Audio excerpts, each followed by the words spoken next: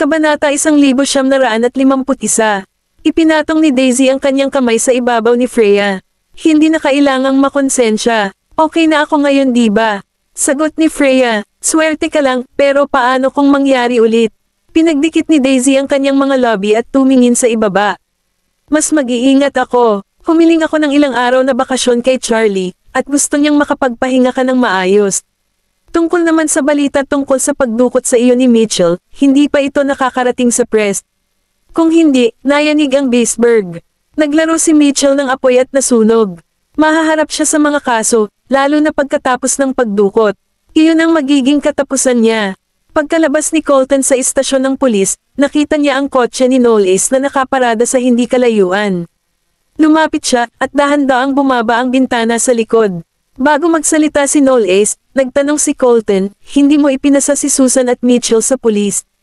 Ang 4 na lalaki lamang ang nakakulong sa ngayon, at inamin nila ang kanilang mga krimen, ngunit sina Susan at Mitchell ay wala kahit saan. Isang misteryosong ngiti ang ibinigay ni Knowles. Sa tingin mo ba madali ko silang pakakawalan sa sobrang sakit ni Daisy? Kumunat ang noo ni Colton at hindi sumagot.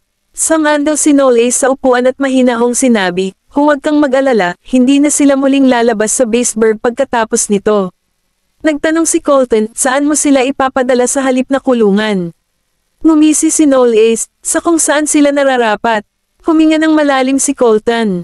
Huwag magdulot ng anumang kamatayan. Kahit hindi para sa kanya, dapat para kay Daisy. Napatingin si Knowles sa kanya. Hindi ko kukunin ang buhay nila. Hihilingin nilang patay na sila, bagaman. Ibinaba niya ang bintana pagkatapos sabihin iyon at hinaronggan ang tingin ni Colton. Sa isang asylum sa isang lugar na malayo sa labas, ang asylum ay may mahigpit na seguridad na May 30th talampakang pader at barbed wire. Ito ay mas katulad ng isang bilangguan para sa mga kriminal na may sakit sa pag-iisip kaysa sa isang asylum. Hindi ako baliw. Wala akong sakit. Bitawan mo ako. Kinaladkad ng mga tauhan si Susan sa isang silid habang nagpupumilit siyang makalaya. Hinawakan siya ng staff sa kama, iginapos ang kanyang mga kamay at paa, at tinurok ang kanyang braso ng pampakalma. Pagkatapos niyang kumalma, mamulong pa siya na hindi siya baliw. Lumabas ang mga tauhan at isinara ang pinto, pagkatapos ay nagdilim ang mga ilaw. Samantala, si Mitchell ay tumingkayad sa dingding, tila namumutlang kumot habang walang laman ang mga mata. Isang buff patient ang tumayo sa harapan niya, inilahad ang kanyang kamay, at ngumiti ng nakakatakot. Hoy, bagong lalaki, lumuhad ka at dilaan mo ang mga paa ko, kung hindi, mahahati kita. Nakita ng lahat ng ibang pasyente ang nangyari pero wala silang nagawa dahil sanay na sila. Nawala sina Mitchell at Susan sa entertainment industry sa loob ng 1 linggo. Kinansela sila. Matapos makalabas si Daisy sa ospital, pinagsaluhan siya ng kanyang pamilya. Pag-uwi niya at nakita niyang abala ang mga katulong at si Maisie, mukha siyang walang magawa. Nay, hindi na kailangang gawin itong isang malaking kaganapan. Seryoso ang itsura ni Maisie. Paanong hindi natin gagawing malaking event? Sa wakas ay na-discharge ka na, at magkasama na tayong lahat. Ito ay kinakailangan. Hindi naman makapagtalo si Daisy dito kaya tinanggap na lang niya. Oh, nandito na sina Nolly at Freya. Kabanata 1952. Nang pumasok si Knowles sa villa kasama si Freya, tumango siya kay Maisie. Mrs. Goldman. Sinalubong din siya ni Freya. Hello, Mrs. Goldman. Ayaw niyang sumama, pero kalalabas lang ni Daisy sa ospital, at magiging impolite kung hindi siya magpapakita. Higit pa rito, walang sino man ang maghahinala kung pupunta siya sa kanyang pinsan. Tumingin sa kanya si Maisie at ngumiti.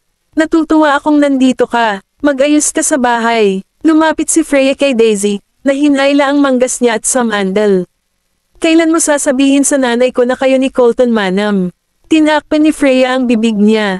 Tumingin si Knowles sa kanila, ngumiti, at saka huminto sa tabi ni Maisie. Hayaan mo akong tulungan ka. Napahinto si Maisie, saka ngumiti at tinapik ang balikat niya. Sige, salamat. Tumango siya. Huwag mong banggitin. Dinala ni Daisy si Freya sa itaas at nabangga si Colton, na papalabas ng study. Tumingin si Colton kay Freya, na nakatayo sa tabi ni Daisy at natigilan bago naglakad pasulong. Hinawakan ni Freya ang braso ni Daisy at nag-iwas ng tingin. Daisy, wala ka bang aso? Maaari ko bang makita ito? Tumigil si Daisy. Pero, nasa likod bahay ang gold bar. Tere, punta tayo doon. Lumingon si Freya, ngunit may humila sa kanyang kwelyo mula sa likuran. Naglakad si Colton sa kanyang harapan at hinaranggan ang kanyang dinadaanan. Ihahatid na kita doon. Awkward na ngumiti si Freya. Mabuti naman kung ganoon. Tumingin siya kay Daisy. Nasa baba si Noel Ace. I'll go see if he needs any help, sabi ni Daisy at tumakbo pababa ng hagdan. Natigilan si Freya doon dahil nakalimutan niyang kasabwat pala ni Colton si Daisy. Lumapit si Colton sa kanya. Nilagay niya ang kamay niya sa dibdib niya at inilayo ang mukha niya. Hindi ka ba natatakot na baka may makakita sa atin? Hinawakan ni Colton ang kamay niya. Hayaan mo silang makita. Natigilan si Freya. Anong ibig niyang sabihin doon? Gagawin niyang opisyal ang lahat. Cole! Ang boses ni Nolan ay nanggaling sa study, at agad na naghiwalay ang mag-asawa nang bumukas ang pinto. Tumayo si Nolan sa pintuan, tumingin kay Freya, at nakasimangot. Sino ito? Freya Pruitt, kaibigan ni Daisy. Tumango si Nolan at tumingin sa kanya. Nakuha mo ba ang sinabi ko sa iyo ngayon? Oo, tatay. Bumaba na tayo. Umalis si Nolan. Nakahinga si Colton dahil hindi niya alam kung paano sasabihin sa kanyang mga magulang ang tungkol sa relasyon nila ni Freya. Pinakamabuting humanap ng mas magandang panahon. Lumingon siya at may sasabihin sana ngunit napagtanto niyang wala na si Freya. Mag-isang naglakad si Freya papunta sa likod bahay, huminto sa tabi ng flower bed, at hinimas ang kanyang mga templo. Umasa ba ako na magiging malinis siya tungkol sa aming relasyon? Wala siyang pakialam na hindi ginawa iyon ni Colton dahil hindi naman ito gag-ana. Matatapos din ang lihim na relasyong ito kapag pinili niyang pakasalan ang babaeng pinili ng kanyang pamilya para sa kanya. Sabi nga, nalungkot siya nang hindi siya naglinis. Naging hindi komportable ang pakiramdam niya. Kailan siya nagsimulang lumihis mula sa kanyang mga unang iniisip at nagnanais ng higit pa. Nakatayo siya doon na malalim ang iniisip ngunit biglang may naramdamang malambot at basang dumidila sa kanyang mga daliri. Natigilan siya at tumingin sa ibaba, isang mabalahibong hayop ang nakatayo sa tabi niya, sinisinghot-singhot siya. Si Freya ay hindi natatakot sa mga aso, ngunit ipinalagay niya na ang aso ni Daisy ay magiging isang maliit na aso, tulad ng isang poodle. Kabanata 1953. Gayunpaman, ang halimaw na ito ay kasing tangkad niya sa hulihan nitong mga binti, mukhang medyo nakakatakot. Narinig ni Colton, nakakadating pa lamang sa likod bahay, ang kanyang boses at tumakbo. Pagkatapos ay nasaksihan niya ang pagtulak ni Goldbar kay Freya sa lupa. Napapikit siya sa takot, ngunit tila nagustuhan siya ni Goldbar at sinimulang dilaan ang kanyang mukha. Nilagay ni Colton ang kanyang kamay sa kanyang noo. Goldbar. Narinig ni Goldbar na may tumawag dito at lumingon kay Colton. Sa susunod na sandali, umupo ito, mukhang inosente. Tinulungan ni Colton si Freya na tumayo at nilinis ang kanyang mukha gamit ang napkin habang nagbibigay ng babala. Goldbar, bawal kang halikan siya. Natigilan si Freya. Ang Goldbar ay nagbigay ng mahinang alulong bilang pagtutol. Itinulak ni Freya si Colton, bumangon, pinunasan ang dumi sa kanyang damit, at mukhang alanganin. Akala ko kakagaitin. Siya ay nasa ilalim ng impresyon na ang malalaking aso ay mabangis. Tinapik ni Colton ang ulo ni Goldbar. Kagatin mo siya. Napatingin si Goldbar sa kanya, tapos kay Freya. Galit na tinulak siya ni Freya. Colton. Hinawakan ni Colton ang kanyang palso, hinayla siya paarap, at ngumiti. Takot ka ba sa aso? Nagpumiglas siya. Sino nagsabi niyan? Nagulat lang ako. Nakita ni Colton kung paano siya namumutla ngunit nagpapanggap na kalmado, kaya tinukso siya nito. Bakit hindi ka makipaglaro sa Goldbar kung gayon? Gagawin ko. Inilabas ni Freya ang kanyang kamay, sinusubukang tapikin ang aso. Dahan-daang idinagdag ni Colton, oh, by the way, kumagat si Goldbar. Natigilan si Freya at binawi ang kamay. Hindi napigilan ni Colton na matawa. Lumapit siya sa kanya at sinabing, kung hahalikan mo ako, malalaman ni Goldbar na kasama kita at hindi ka kakagaitan. Biglang naintindihan ni Freya ang kanyang ginagawa, kaya tumawa siya at itinulak siya palayo. Colton, napakawalandiya mo. Sa tingin mo ba bata ako? Tumalikod na siya at aalis na sana nang hilahin siya ni Colton sa mga braso nito. Nagpupumiglas si Freya. Anong ginagawa mo? Niyakap niya ito ng mahigpit, dinaikit ang mga labi sa noo nito, at sinabi sa mahinang boses. Huwag kang gagalaw. Kailangan ko lang ng yakap. Mangulong si Freya, hindi namin maipaliwanag kung may makakita sa amin. Tumingin si Colton sa kanya. Bakit hindi mo ako hinintay ngayon lang? Nabulunan siya. Bakit ako dapat? Sumama ako kay Daisy, kaya kung sumama ako sa iyo, magtataka ang mga tao. Pinagdikit ni Colton ang mga lobby habang nakatitig sa mukha niya. Hinayla ni Freya ang sarili nang hindi ito nagsalita. Papasok na ako sa loob. Hinawakan muli ni Colton ang braso niya, napalingon siya, at dahan-daang bamuka ang mga lobby nito. Bigyan mo ako ng oras. Nagulat siya. Ano? Nagpatuloy si Colton. Isa publiko ko ang relasyon natin. Huminto si Freya ng ilang segundo, pagkatapos ay ibinaba ang kanyang tingin. Seryoso ka ba dito? Kumunat ang noo ni Colton. Mukha ba akong hindi seryoso? Hindi niya alam kung ano ang sasabihin. Pinag-isipan niya ito at nagkaroon ng mga ideya tungkol sa kanilang sitwasyon. Kung seryoso siya dito, matatanggap kaya niya ito at ang relasyon. Inilabas ni Daisy ang kanyang ulo mula sa likod ng dingding, kasama si Knowles na nakatayo sa likuran niya. Palihim nilang pinagmamasdan ang nangyayari sa malayo. Nolly, bakit sa tingin mo ay hindi pa nagpapahalata si Colton? Bakit sila naliligo sa bahay? Ngumiti si Knowles at tumingin sa kanya. Sino ang nakakaalam? Baka hindi alam ng kapatid mo kung paano makipag-usap sa mga magulang mo.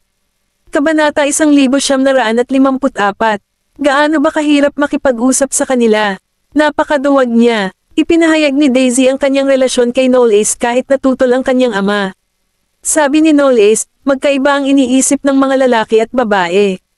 Karaniwang hindi masyadong iniisip ng mga babae ang tungkol dito, ngunit kailangan ng mga lalaki.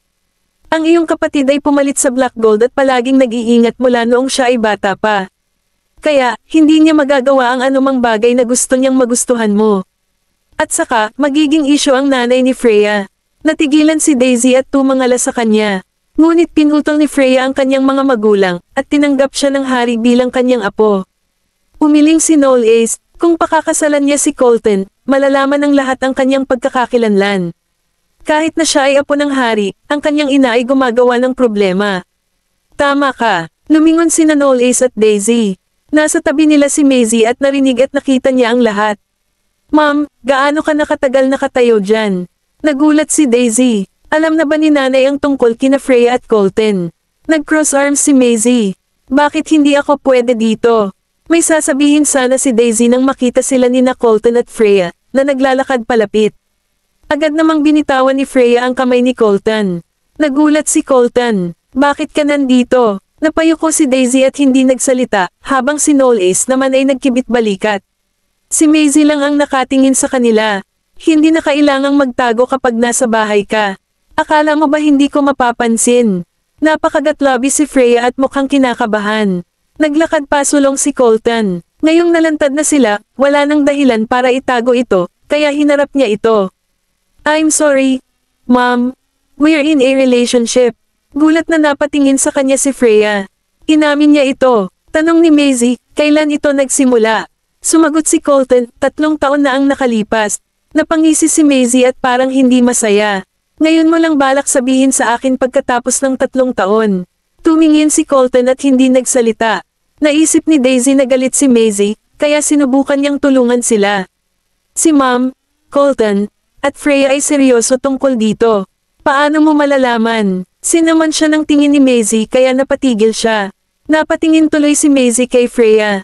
Narinig ko lahat ng sinabi mo kay Miss Peterson sa cafe. Nagulat si Freya. Kung narinig niya ang sinabi ko kay Giselle, hindi ba ibig sabihin nandoon siya?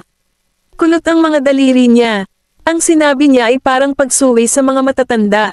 Sinabi pa niya na hindi na kay Colton kung ikakasal siya sa pamilya o hindi sa harap ni Mrs. Goldman. Si Maisie ang nanay ni Colton, kaya malamang magagalit siya kapag narinig niya iyon. Tumingin si Colton kay Freya. Pinapante ka ni Giselle. Hindi niya tinanong kung pinuntahan ba ni Freya si Giselle pero baliktad dahil alam niyang wala itong dahilan para makita si Giselle. Sa hindi inaasahang pagkakataon, nabangga sila ni Maisie. Pinagdikit ni Freya ang mga lobby at tuluyang nagsalita. Oo, dumating si Giselle para kausapin ako, at may sinabi ako sa kanya. Kumunat ang noo ni Colton. Anong sabi mo? Kabanata 1955. Hindi sumagot si Freya kaya tumawa si Maisie. Sabi niya, wala sa iyo kung ikakasal siya sa pamilya. Bahala na siya. Tumingin sa kanya si Colton at mukhang galit. Ano ang ibig sabihin nito? Wala siyang planong pakasalan ako noon pa. Iyon siguro ang dahilan kung bakit tutol si nanay sa relasyon natin. Nakapagdesisyon na si Freya dahil mayroon siyang masalimuot na nakaraan. Ang pag-asa na tanggapin siya ng mga Goldman ay isang kahabaan. Huminga siya ng malalim at tumawa. Colton, hindi mo nagagawang magdesisyon kung tayo ay magkasama o hindi. She had her reservations, kaya kung siya ay tinanggihan, hindi iyon masakit. At kung hindi si Colton ang kumokontrol sa lahat, hindi lang siya ang makakapag-pull the plug. Mas naramdaman niya ang pag-iisip ng ganoon. Mukhang galit si Colton. Freya, I'm sorry, Mrs. Goldman. Umalis na ako. Tumalikod na si Freya at aalis na sana. Bago magsalita si Daisy, umalangaw-ngaw ang boses ni Maisie. Makakatulong ba ang paglayas sa iyong pakiramdam? Natigilan si Freya sa kinatatayuan. Nagpatuloy ang boses, nasubukan mo na bang lutisin ang iyong mga problema ng magkasama? Kung laban ka sa isang bagay, kailangan mong ilabas ang dahilan. Kung hindi mo susubukan na lutisin ang problema, isang araw, kapag lumingon ka sa nakaraan ng may panghihinayang, ako ang sisisihin mo kung bakit ako pumagitna sa inyo. Napatingin si Colton kay Maisie. Nanay, bumaba ng hagdan si Maisie at huminto sa harapan nila. 3 taon mo na itong itinago sa amin at hindi mo man lang naisip na sabihin sa amin na gusto mo siyang makasama. Kailangan mong hayaan kaming malaman. Kung hindi mo ginagamit ang iyong bibig, maaari mo ring i-donate ito. Sigurado ako kung hindi ka nagdalawang isip, ipinaalam na ito ni Freya. Ang kanyang mga pag-aalala ay nagmumula sa iyong saloobin. It takes two to make a relationship work, and if you can't even solve issues, what's the point of continue? Natigilan si Colton. Bihira siyang sermonan ni Maisie, magpapayo lang siya. Ako. Hindi napigilan ni Daisy ang kaligayahan dahil alam niyang matatanggap ito ni Maisie. Si Colton lang ang patuloy na nagtago nito. Kung hindi lang nalaman ni Maisie, malamang na itago niya ito ng mas matagal.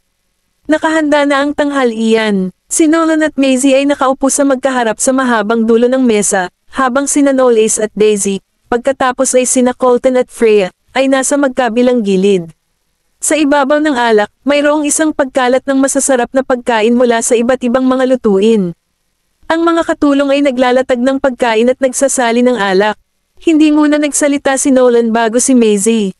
Natahimik ng ilang segundo bago binasag ni Maisie ang katahimikan habang umiikot ang alak sa kanyang baso.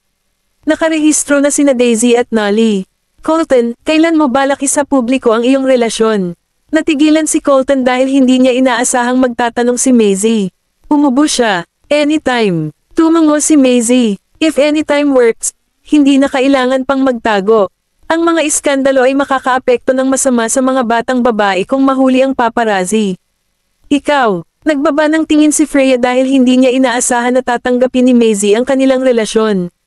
Siya ay nasa ilalim ng impresyon na ang mga Goldman ay tulad ng iba pang mga pamilyang may mataas na uri at nagmamalasakit lamang sa mga kaginhawaan na may dudulot ng isang kasal.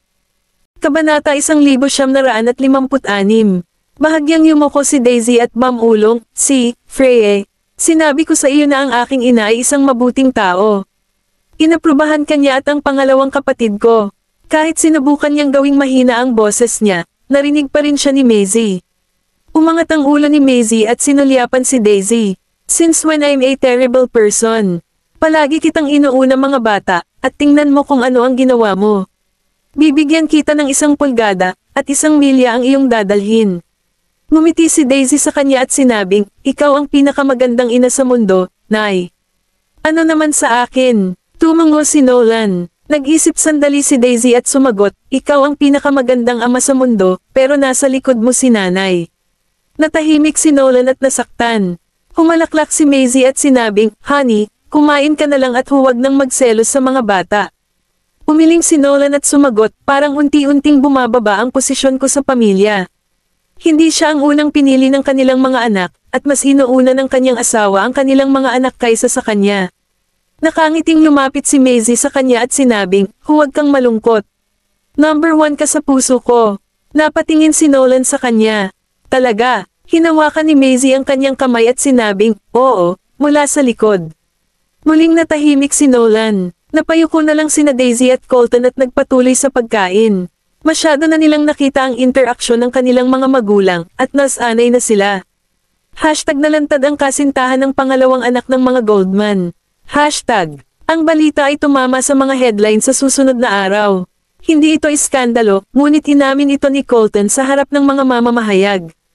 Ang mga media outlet na gustong malaman ang pagkakakilanlan ng asawa ni Daisy ay naaakit sa relasyon ni Colton. Nang malaman nilang lahat na ang girlfriend ni Colton ay si Freya, ang assistant ni Daisy, nagulat silang lahat. Samantala, sa Tenet, Daisy, hindi ko inaasahan na magiging hipag mo ang assistant mo. Oo, tama. By the way, saan galing si Miss Pruitt? Ano ang ginawa niya para makuha ang puso ng kapatid mo? Alam mo ba kung gaano karaming mga socialite sa Baseburg ang nasaroon ng loob ng sila? Nabalitaan ko ba na may girlfriend na ang kapatid mo? Ang lahat ng mga tao sa kumpanya ay dumating upang ihagis ang lahat ng uri ng mga tanong kay Daisy nang marinig nila ang balita. Kung tutusin, wala sa kanila ang umasa na ang katulong ni Daisy ay maaaring maging kasintahan ni Colton. Ibinaba ni Daisy ang magazine at ngumiti. Matagal na silang magkakilala, kaya lang hindi sinabi ni Freya kahit kanino dahil gusto niyang manatiling mahina. Profile, nakikita ko. Well, tulungan mo akong batiin si Freya. Magsasalita pa sana si Daisy, nakita niya si James na nakatayo sa koridor. Mukhang malalim ang iniisip niya nang tumalikod siya at umalis. Tumigil siya sandali at nagpa siya na sundan siya. Si James ay umiinom ng tubig sa harap ng isang water dispenser at mukhang malungkot. Lumapit si Daisy sa kanya. James, lumingon siya at sumagot, "Yeah. Anong kailangan mo sa akin?"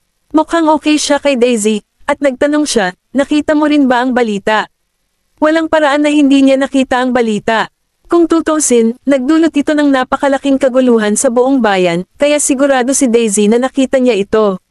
Habang umiinom siya ng tubig, sumagot siya, "Oo, nakita ko." Ibinaba ni Daisy ang kanyang ulo. Noong una, naramdaman niyang mabuti kung makapag-ehersisyo sina James at Freya bago niya malaman ang mga bagay sa pagitan ng kanyang pangalawang kapatid at Freya. Pero ngayon, sa pagtingin sa nakikiramay na ekspresyon sa kanyang mukha, naklik ni James ang kanyang dila. "Miss Vanderbilt the Great, bakit ganyan ka makatingin sa akin? Pinapamoka mo lang na iniwan." "Ako, hindi ka ba nalulungkot?" Maingat na tanong niya. "Malungkot? Bakit ako malulungkot? I don't deny the fact na gusto ko si Freya, pero, inayos ni James ang sarili. Kung sa tingin mo ay ilalagay ko ang lahat ng itlog sa isang basket, nagkakamali ka." Kabanata 1957. Napatingin sa kanya si Daisy. "Masyado kang optimistic, alam mo ba iyon?" "Well, I've always been an optimist." Sagot ni James na nakangiti, "I'm not a good person, but there is one thing good about me. Malaki ang puso ko." Nag-cross-arm si Daisy sa harap ng kanyang dibdib at samandal sa drawer. "Nagpe-file ka ba kanina?" Natigilan si James. "Paano mo nalaman ang tungkol dyan?"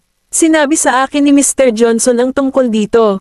Ngumiti siya at idinagdag, "He said you're rather proactive today." Sinabi rin niya sa akin na mukhang sa wakas ay nagdesisyon ka na mag-effort sa career mo.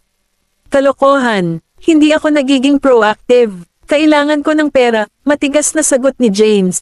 "Na-freeze ng tatay ko ang credit card ko. Kung hindi ako magsisimulang mag-film ngayon, hindi ko rin mababayaran ang gas ko." Tumawa si Daisy at tinapik ang balikat niya. "Ituloy mo, binata. Baka hindi mo na kailangan pang humingi ng pera sa iyong ama sa hinaharap." After that, she waved her hand at umalis na. Ibinaba ni James ang kanyang ulo, at ang kanyang tingin ay naging madilim habang nakatingin sa walang laman na tasa. "Binabayaran ko ang lahat ng kinakain at ginagamit mo, kaya itigil mo na ang pakikipag-usap sa akin tungkol sa pagtanggi sa kasal. Sinasabi ko sa iyo, James, anak kita, at kung gusto mong umasa sa akin, kailangan mong makinig sa akin." Nang mawala sa isip ni James ang kanyang sarili, nagpakawala siya ng isang nakakadeprikat na ngiti. Sa kabutihang palad, hindi siya umamin kay Freya. Kung hindi, nagmumukha na siyang paylay sa harap niya. Kung tutusin, ang isang mayaman at mapang-uyam na binata na tulad niya ay hindi makakagawa ng sarili niyang mga desisyon.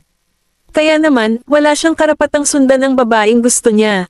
Sa Houston City, sa Peterson Mansion, tahimik lang si Giselle habang nakatingin sa magazine. It was never in her wildest dream na isa-publiko nila ang kanilang relasyon, and she thought that she will stand a chance. Nang bumaba ang kanyang ama at nakita ang kanyang anak na babae na nakatingin sa magazine na walang ulirat, bahagya itong napabuntong hininga at naglakad palapit sa kanya. Umupo siya sa katabi niyang couch at sinabing, "Gigi, you should move on from Coleman." Pagkatapos ng lahat, maraming lalaki sa Baseburg ang karapat-dapat sa aking anak na babae. Ibinaba ni Giselle ang kanyang ulo at sinabing, ngunit wala sa kanila ang mas namumukod tangi kaysa sa kanya. Ipinatong ng kanyang ama ang kanyang kamay sa kanyang balikat at nagpatuloy. Hindi mahalaga kung siya ay outstanding o hindi. Ang mahalaga, the most is that he need to have a good heart and is a responsible man. Naiintindihan mo ba? Tumango si Giselle at pilit na ngumiti sa kanyang mukha.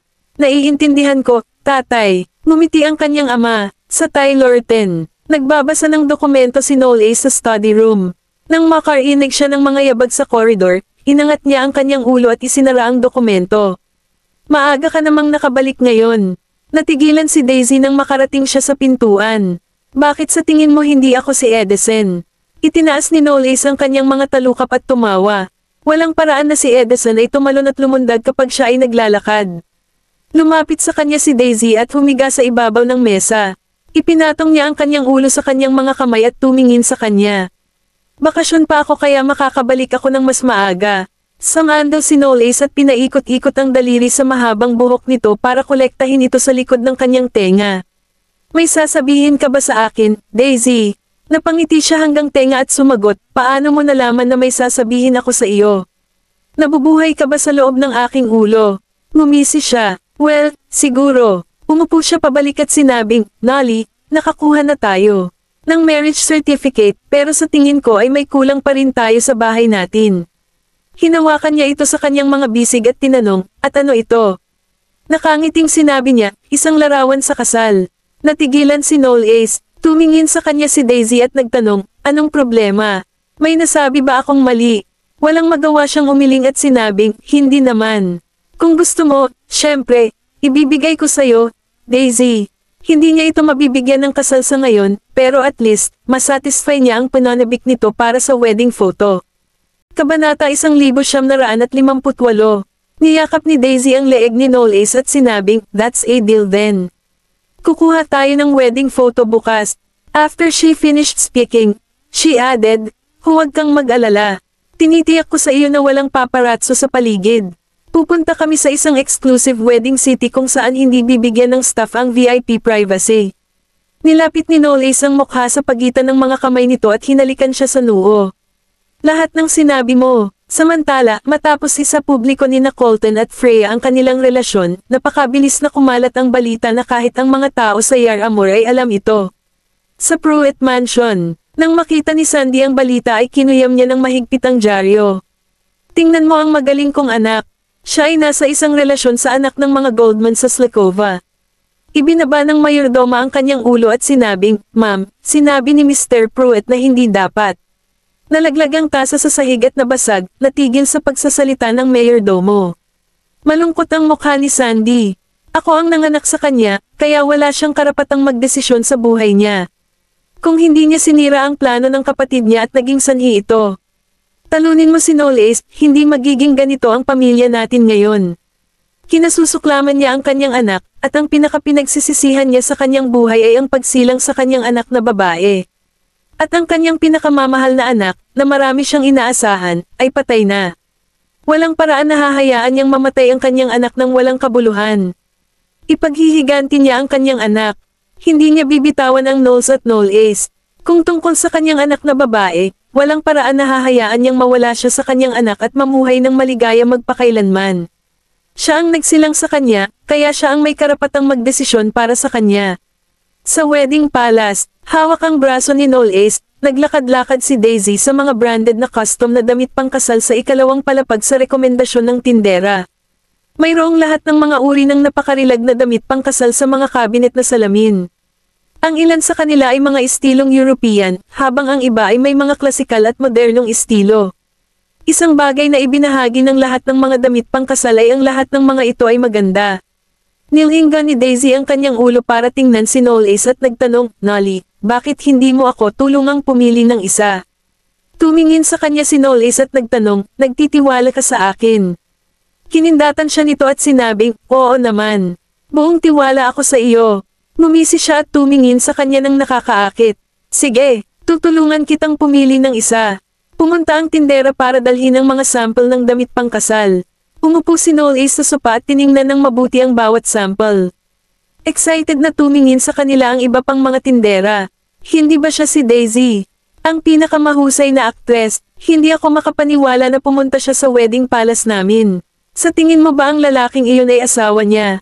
Nakikita ko kung bakit ayaw niyang ibunyag ang pagkakakilanlan ng kanyang asawa. Sobrang gwapo niya. Tingnan mo ang kanyang hitsura at ang kanyang katawan. Kung papasok siya sa entertainment industry, sigurado akong sisikat siya agad. Oo, tama. Ayokong malaman ng ibang tao kung asawa ko siya.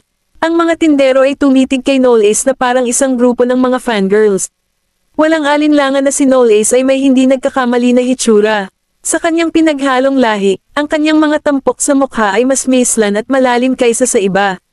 Maputi at makinis ang balat niya, at mas maganda pa siya kaysa babae. Ang kanyang tabas ng mukha ay may parehong matigas at banayad na mga aspeto, at hindi siya mukhang kapatid. Maganda ang proporsyon ng kanyang katawan, makitid ang baywang. Malapad na balikat, at mahahabang binti. Magiging maganda siya sa anumang bagay. Sa kanyang walang bahid na hitsura, siya ay isang taong ganap na wala sa kanilang liga. Nang makita ni Daisy ang mga tinderang iyon na nakatingin kay Noel Ace, lumingon din siya at tumingin kay Noel Ace, na pumipili ng mga damit pangkasal ng may atensyon. Kung ipinanganak si Noel Ace noong sinaunang panahon, sigurado siya ang naging sanhi ng pagbagsak ng isang kaharian sa kanyang magandang mukha at siya rin ang mas maagang mamatay kaysa sa iba. Ang pinakamagandang bahagi ay mamamatay siya kapag pinapanood ng mga babae. Parang naramdaman niya ang kanyang tingin, itinaas ni Noel Ace ang kanyang mga mata at tumingin sa kanya. Anong mali? Kabanata 1959. Natigilan si Daisy at tumahimik. Hindi ka pa ba tapos? Isinara niya ang sample book at iniabot sa katabi niyang tindero. Oo, tapos na ako. Pumili ako ng ilang damit para makita mo kung alin ang gusto mo. Minarkahan ng tindera ang mga damit na pinili niya at ngumiti. Kukunin ko ang mga damit. Hindi nagtagal, bumalik ang tindera dala ang mga damit na pinili ni Nolan. Bahagyang nagulat si Daisy habang dahan-daang bumangon. Ang mga damit pangkasal sa kanyang harapan ay may iba't ibang estilo. Ang ilan sa mga damit ay may klasikong estilo, habang ang ilan ay simpleng ngunit eleganteng. Naroon din ang iilan sa kanila na may mga bonggang disenyo. Pinili niya ang halos lahat ng estilo na nababagay sa kanya. Nakangiting sabi ng tindera, maaari mong subukan ang lahat ng ito kung gusto mo, Miss Vanderbilt. Naglakad si Daisy patungo sa mga damit pangkasal at tinakbo siya. Mga daliri sa ibabaw nila. Talaga, tumango ang tindera. Ang pangunahing layunin ng aming wedding palace ay gawin ng bawat babae ang pinakamagandang nobya sa mundo. Wala tayong magagawa basta masaya ang ating mga bisita. Lumapit si Noel Ace kay Daisy, at sinabi sa namamaos na boses, hindi na ako makapaghintay na makita kang nakasuot ng damit pangkasal. Namula ang dulo ng tenga ni Daisy. Kinuha niya ang isa sa mga damit pangkasal at nagmamadaling pumasok sa fitting room. Tumingin si Noel Ace sa kanya na may ngiti na sumilay sa gilid ng lobby nito. Umupo ulit siya sa sopa at hinaplos ang kanyang relo habang hinihintay siya. Ang kinakabahan at anticipatory look ng isang lalaki na naghihintay sa kanyang pinakamamahal na babae na sumubok ng damit pangkasal ay hindi bihira sa tindera. Na may ngiti sa kanyang mukha, sinabi niya, sigurado akong magiging maganda si Miss Vanderbilt sa damit pangkasal. Oo, sagot ni Noel Ace. Sigurado akong gagawin niya. Nai-imagine niya kung ano ang magiging hitsura ni Daisy sa loob ng kanyang ulo kapag isinuot niya ang kanyang damit pangkasal. Dahan-daang itinaas ang kortina sa fitting room, at inangat niya ang kanyang ulo. Nang pumasok sa kanyang paningin ang babaeng nasa harapan niya, nanumpa siya sa Diyos na hinding-hindi niya makakalimutan ang eksenang ito habang buhay. Parang naging malabo ang lahat ng nasa paligid niya, at wala siyang ibang makita kung hindi siya. Tumayo si Daisy sa harap ng salamin. Siya ay tumingin parehong napakarilag at mapangarapan sa damit pangkasal. Ang mga pinjutan, sa kwelyo ay mga perlas, at may isang tul na hiwa sa hugis ng butterfly sa likod, na tumambad sa kanyang likod. Masikip ang baywang nito, diretsyong bumagsak sa sahig ang mabulaklak na palda, at pinalamutian ng mga paro-paro ang laylayan na sumasayaw sa bawat hakbang ni Daisy. Itinaas niya ang palda niya at lumapit sa kanya. Lumingon siya sa harap niya at nagtanong, ano sa tingin mo? Tumayo si Noel Ace at lumapit sa kanya. Itinoon niya ang kanyang tingin sa kanya at sinabing, mukhang maganda kagaya ng naisip ko. Namula ang mukha ni Daisy nang makaramdam siya ng hiya na pinupuri siya sa harap ng lahat. Tinulak niya ito palayo at sinabing, dapat mo ring subukan ang sa iyo. Hindi pwedeng ako lang ang sumusubok. Ngumisi siya. Sige. Nang lumabas si Knowles dala ang suit, natigilan si Daisy.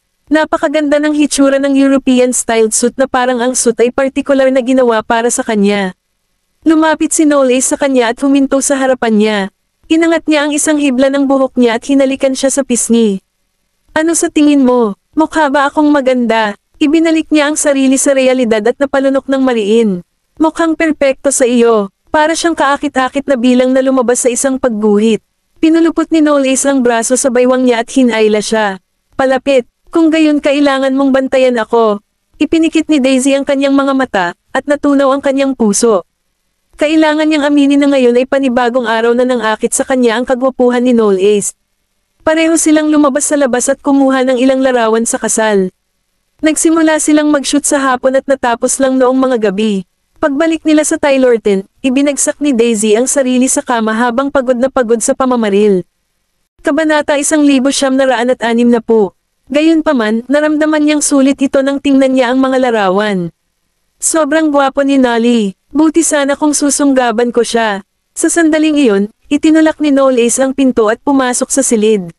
Nakita niyang nakatingin ito sa mga larawan at narinig din ang matapang nitong pahayag. Huminto siya sa tabi ng kama at tumagilid, itinukod ang kamay sa tagiliran niya para makalapit sa kanya.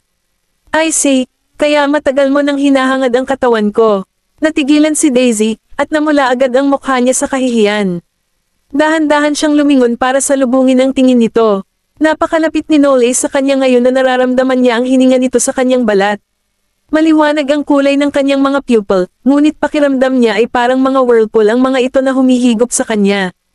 Ako, nagsasalita lang ako ng walang kaparirikan. Itinaas ni Knowles ang kanyang baba gamit ang kanyang daliri at sinabing, well, you can do that to me if you want. Nagsalubong ang mga pilik mata ni Daisy.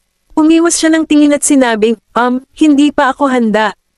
Naghanda siya sa pag-iisip noong nakaraan, ngunit dahil tinulungan niya siya noong panahong iyon. Iyon ay isang bagay na hinding-hindi niya makakalimutan sa buong buhay niya. Namumula ang mukha nito sa kahihiyan, gayunpaman, tinitigan siya nito na para bang isasakripisyo ang sarili para sa isang bagay. Ngumiti siya at sinabing, natatakot ka ba? Nanlaki ang mata ni Daisy. Inayos niya ang katawan nito at sinabing, natatakot ba ako? Siyempre, hindi ako. Talaga. Hinaplos ni Knowles ang kanyang pisngi at sinabing, narinig ko na magiging masakit ito sa unang pagkakataon. Agad na natigilan si Daisy nang marinig niya ang salitang, masakit. Ganon ba? Mas masakit pa ba sa panganganak? Well, hindi ko alam ang tungkol doon, sabi niya, na tinutokso siya. Napakagatlabi si Daisy at hindi alam kung saan siya dapat tumingin. Tapos, ako, sa pagtingin sa kung gaano siya natatakot, walang magawa si Knowles at pinitik ang kanyang noo. Huwag kang mag-alala, hindi kita pipilitin kung ayaw mo. Maghihintay ako hanggang sa maging handa ka na. Tumayo siya at umalis papuntang study room. Tinakpan ni Daisy ang sarili sa duvet, at sa sobrang kahihiyan ay gusto niyang ilibing ang sarili sa isang butas. Makalipas ang isang linggo, nagdala si Freya ng ilang libro sa publisher. Matapos basahin ng direktor ng publisher ang unang sipi ng kabanata, natigilan siya at itinulak ang frame ng kanyang salamin, mukhang nabasa ko na ang librong ito sa isang lugar noon. Sumagot si Freya, ibig mong sabihin sa online platform. Nagtaas ng ulo ang direktor. Ikaw ang may akda. Tumango siya. Pagkatapos, may naalala siya at nagpatuloy. May copyright ako para sa libro at sa kontrata sa akin. Kung hindi ka naniniwala sa akin, maaari kong hayaan kang tingnan ito. Nag-isip sandali ang direktor at kinuha ang draft. Kung naipublish mo na ang mga gawang ito sa online na platform, bakit mo ipinapublish ang mga ito para ibenta ngayon? Natahimik sandali si Freya bago sinabing, iyon ay dahil gusto kong malaman ang halaga ng mga aklat na ito. Ang pagbibenta nito sa isang publishing house ay talagang iba sa paglalabas nito sa isang platform. Pagkatapos ng lahat, tanging ang pinakamahusay na kalidad ng mga libro ang maaaring ibenta. Tumango ang direktor at sinabing, maaari kong subukang ipamahagi at ibenta muna ang iyong libro, ngunit hayaan mo akong linawin ito sa iyo. Kung ang mga benta ng iyong mga libro ay hindi kasiya siya, kung gayon natatakot ako na kailanganin kong wakasan ang ating pakikipagtulungan. Gayunpaman, kung maganda ang tugon, pipirma kami ng kontrata at hatiin ang mga kita sa 50 hanggang 50. Ano sa tingin mo? Ito ay medyo magandang deal sa opinyon ni Freya, kaya siya ay tumungo. Pagkaalis niya sa publisher, tumawag ang direktor. Mr. Goldman, binigyan ko siya ng pagkakataon, gaya ng sinabi mo sa akin. Huwag kang mag-alala, hindi ko siya bibigyan ng anumang espesyal na pagtrato, ngunit hindi ko rin siya pakikitunguhan ng masama. Mataray na sagot ni Colton, sige, salamat. Pagkatapos noon ay ibinabanan niya ang tawag. Ang Stellar Press ay nagkaroon ng maraming platform at channel tulad ng mga pangunahing bookstore, Amazon, at mga channel ng pelikula at media. Upang ibenta ang kanilang mga libro. Basta maganda ang benta ng mga libro ni Freya, may makakapansin sa kanya at magbibigay ng pagkakataon.